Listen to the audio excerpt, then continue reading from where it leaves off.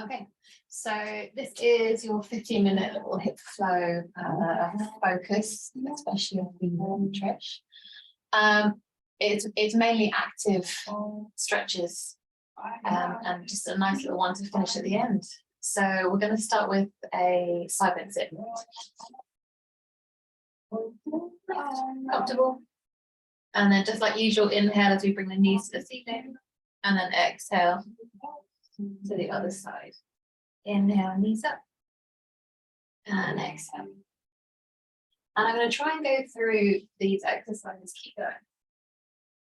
A little bit speedier, but you of course can pause this video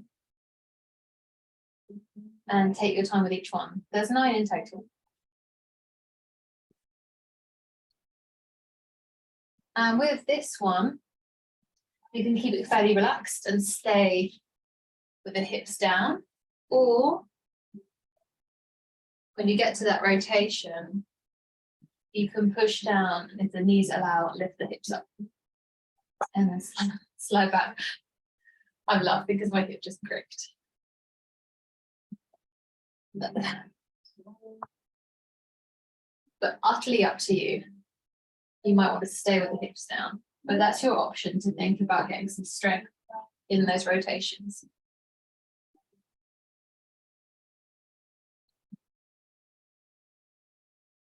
And then come into tabletop. And I'll try and do both these exercises on 2 different angles so that you can see both sides. Tabletop when you're ready. Firstly, we're going to try and keep the hip bones facing down so everything's nice and steady. And we're just going to find some circles without moving the spine, essentially.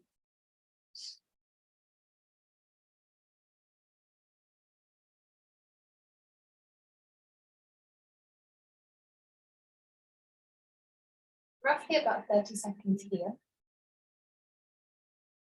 And then we can allow the spine to move and take that little twist in it.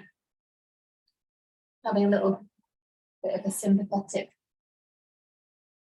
movement with the rest of the body. And then settle. I'll do it from the other side. Settle. And then the same thing, other side. So firstly, we just stay with the hips facing down, we isolate that movement.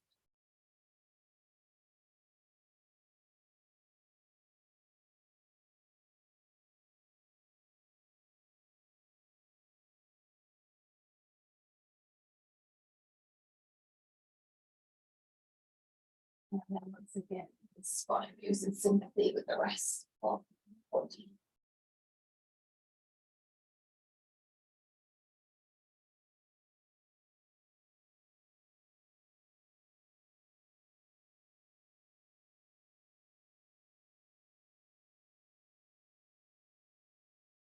And you put the knee down, have a little shift. And then coming into gate.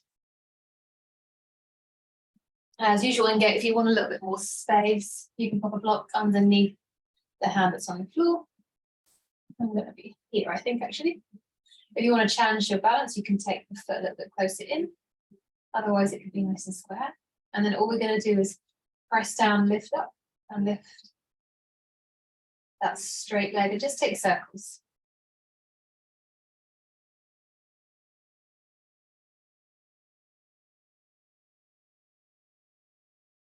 And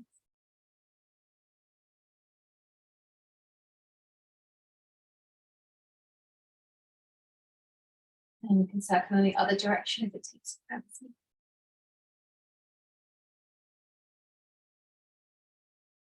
And then from here, before we come to the other side, we're going to take a little gate stretch.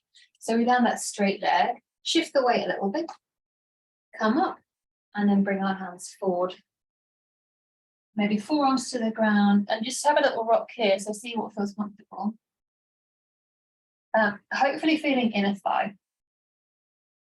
That's a little bit easier if we turn the foot, so the toes are turning towards the front of our mat.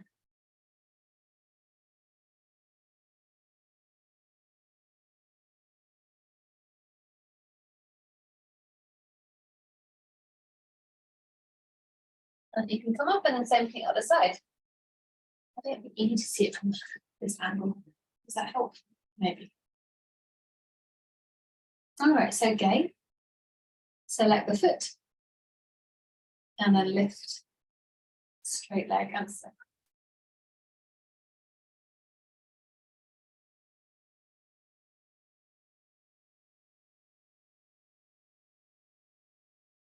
And it's up to you, the size of the circles and the speed. As you start to get familiar with these, they might get a little bit larger and maybe a bit slower.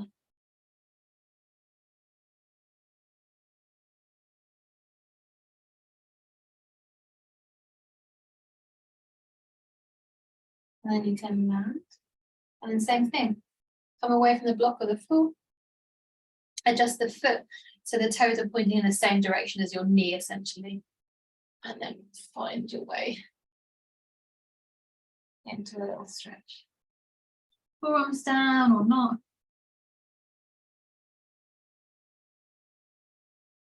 You can have a little rock forward and back if that feels nice as well. I forgot to say that.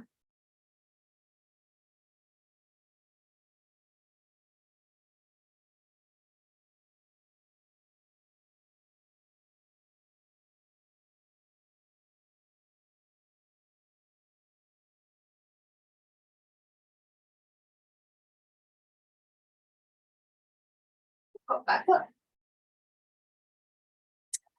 Right leg comes forward into a low lunge.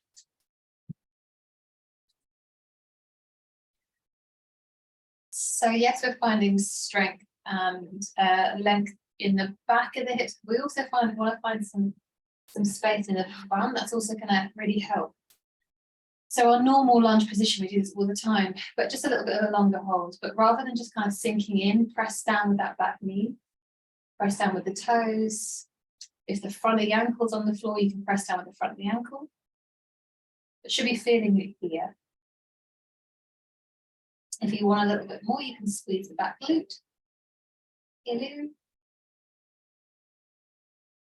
up to you, but you might want to add a little side stretch. That's a super noisy bird.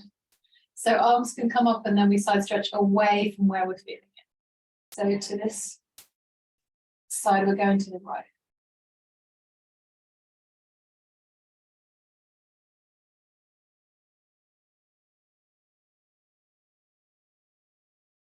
And then push back to come back up.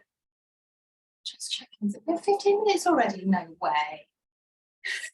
From here. All right. From here, straighten up, half Hanumanasana. And same thing in this. Rather than sinking in, we keep it really active.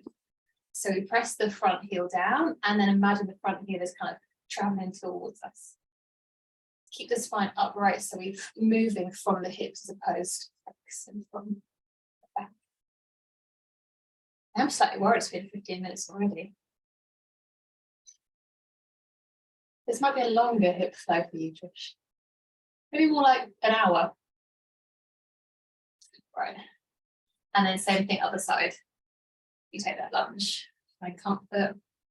Back knee, back ankle potentially, back toes. A little glute stretch. A glute. Apparently we're in Guardians of the Galaxy. Glute. And then take the arms up and take a side stretch over to the left. That is optional.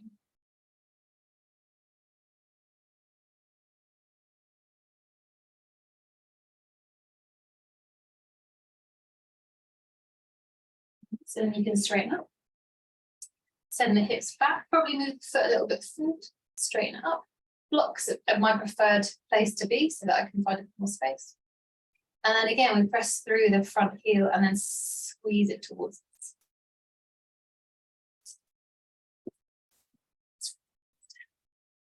So back stays straight. And really hugging in.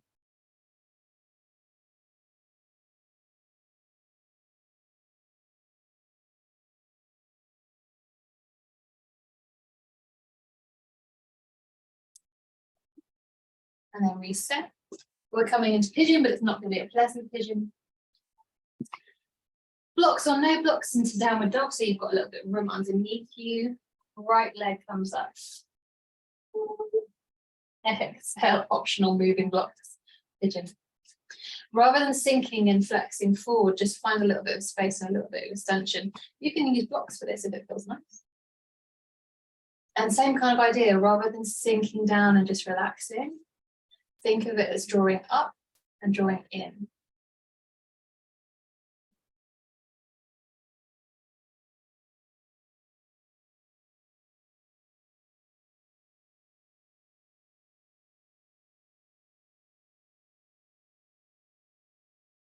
And just notice that temptation, that tendency just to release, which is fine. But for now, we're finding strength and activation in pigeon. I want to do the same thing on the other side. So come into three-legged. And then from there, pigeon. And then once that front foot is comfortable, that front knee is comfortable, rather than sink, we lift up. And then we come in, hug in. Blocks are helpful here.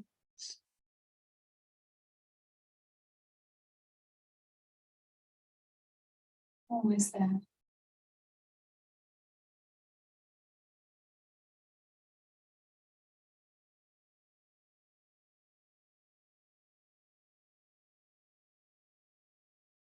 Okay. And then last active thing before we just have a little rest. There's only one rest here. We're going to come into your goddess, into your favorite, which is goddess, which is great because it's fantastic for strength and length in the hips. So feet wider than hip distance, toes are going to be turned out, only to the degree that the knee feels comfortable. So keep checking on that because we are spending a little bit of time here. When you're ready, bend the knees and then just check for any asymmetries. Might always tend to do that. And we're just going to lower and lift. Arms wherever. It might even be that you allow the arms just to slide up and down the thighs. And maybe we get to parallel with the knees. Maybe. And just keep on pressing through the feet. So rather than the knees doing the work, keep on imagining that the feet are straightening the knees.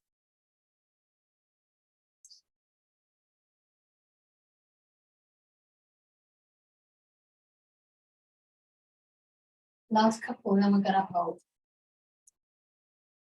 Now I haven't got my clock or my timer, but we're going to start with a 1 minute hold, and as you progress, probably week 4 or 5, start to take that. Should I say 1 minute hold? 30 seconds hold, progressing to a 1 minute. I have no idea. But we just hold. Be aware of where the feet are pressing and just see if you can spread them out evenly.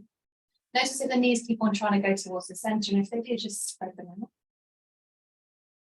And we'd imagine last 10 seconds. Keep the breath free. Oh, I feel like we've earned that. And then straighten up. Last little thing. The only passive stretch. Pigeon with a foot massage. Really easy. Lay on your back. Oh, okay. You can just rest here, maybe a minute aside. You can take that top foot into your hand and just explore the undulations of the toes, those little caverns and caves in between the toes. If you want, and if you've got oil to hand, it's really, really lovely just to pop some oil on the finger and then just pop each finger through the toe webbing and just space out the toes. You can do it without oil, but it's just a little bit nicer with that.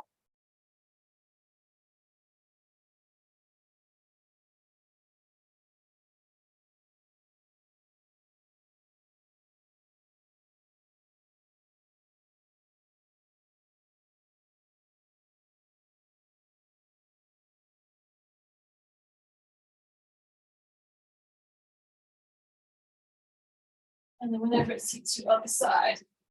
Oof. Is this angle a good angle? Yeah. It's the same thing. Toe exploration, arch exploration, whatever.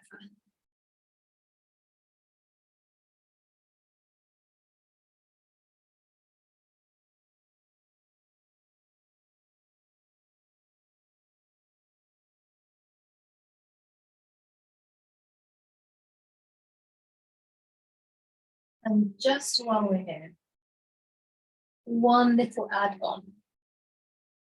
When we do the toe, we tend to take it a little bit out of the stretch. So if that's the case for you, and you do really want to get a bigger stretch through that top leg,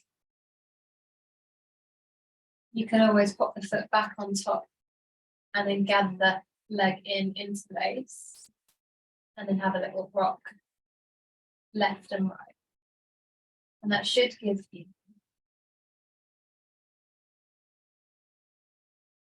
a nice soothing range of motion sensation. All right. And that is it. Oof. Which was 23 minutes, only 8 minutes over. All right. If you have time and it's kind of maybe before bed, you can add some more passive stretches, Supta Baddha twists and things like that. Otherwise, it's a nice place to leave it. And I will chat to you in class.